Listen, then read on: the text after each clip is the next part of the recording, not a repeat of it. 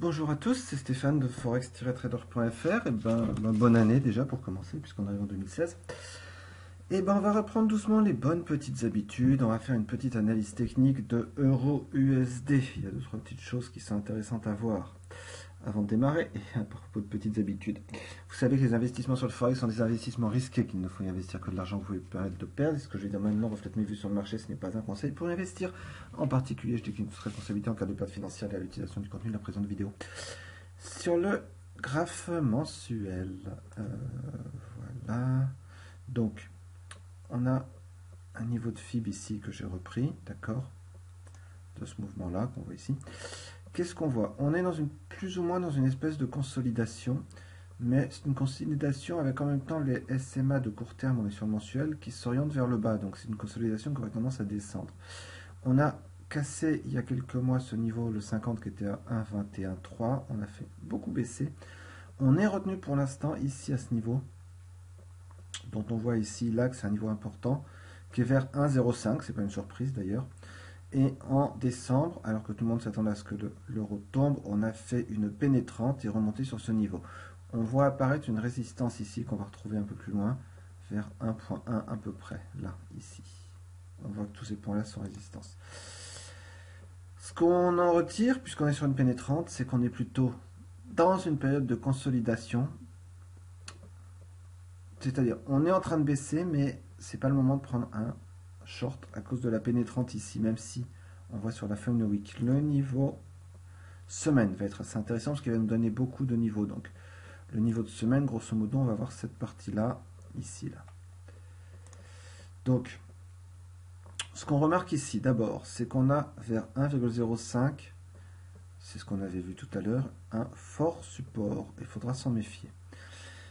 Quand on a rejeté ce support, c'était ici, vers le 29 novembre. On l'a fait très fortement et on a cassé un autre niveau que le 1,0825 ici, qui pour l'instant est le support qui tient. Si on casse ce support, j'envisagerais de prendre un short vers 1,05. Pour l'instant, ce support tient. On note un autre niveau, celui qu'on a vu tout à l'heure, qui est quelque part entre 1,11, 1,10, 1,15. Il y a une résistance ici. On voit toutes les wicks sur les chandelles et sur ce niveau-là. Et on fait attention à ce SMA, la 55, qui nous a deux fois empêché de monter et qui arrive maintenant presque au niveau du prix. Donc quand elle va arriver au niveau du prix, faudra faire attention, mais elle va peut-être permettre de prendre une position soit sur un signal haussier, soit sur un signal baissier, en fonction de ce qui s'y passe. Les MAS indiquent qu'on est plutôt en train de descendre.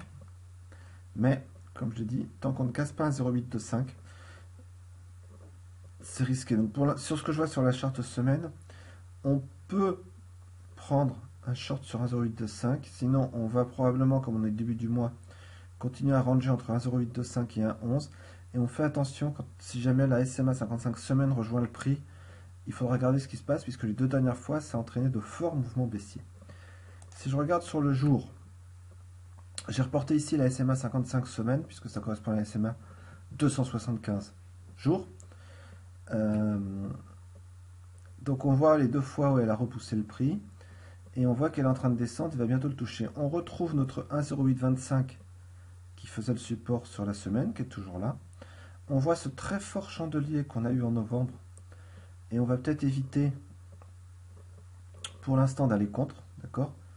Donc tant qu'on est au-dessus de 1,0825, on va éviter de prendre short trop près de 1,0825. Simplement, si on arrive par contre vers ce niveau qui est à peu près vers, c'est pas très clair, il se passe quelque chose vers un 10, on le voit ici, 1.1, d'accord, et en même temps il se passe aussi quelque chose, hop là, vers 1.11, 1.105. Donc toute cette zone 1.10, 1.11 est une zone assez compliquée, on le voit ici notamment, on le voit ici. On note qu'on a une conjonction de MAS 200 et 100 jours et la descente de la MS 55, voilà. Sur le H4, ça ne donne rien de précis, donc ce que personnellement j'envisagerais de faire, considérer comme on est au début de mois, qui se passera sûrement pas grand chose, qu'on est plutôt dans un genre de range, donc là on serait plutôt, à mon avis, en train de remonter vers CMS. quelque part vers 1,103, 1.1. On est à 1,08. Donc il reste 120 pips encore à 1.10. Et regardez si vers 1.10 on peut pas prendre un short. Mais pour l'instant, attention à ce niveau 1,0825 tant qu'il ne casse pas. J'hésiterai beaucoup à prendre une position short, courte, vendeuse comme on dit, trop près. Et je préférerais plutôt prendre une position vendeuse ici. Ici, je serais presque prêt sur un retest à prendre une position acheteuse pour monter peut-être pas très haut, mais quand même. Voilà. Voilà ce que je voulais vous montrer pour aujourd'hui. Comme je sais que Euro-USD est la paire que la plupart d'entre vous suivent, même s'il y en a peut-être d'autres qui sont intéressantes aussi. Donc, début de l'année, début de mois, beaucoup de prudence. On surveille le niveau 1,0825 qui est un niveau important.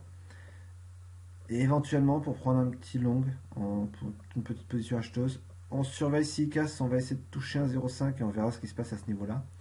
S'il tient, on fait très attention quand la SMA 55 semaines va rejoindre les MAS 100 et 200 jours. Si le prix remonte par là, il peut y avoir un gros mouvement baissier qui s'amorce. Voilà ce que je voulais vous montrer.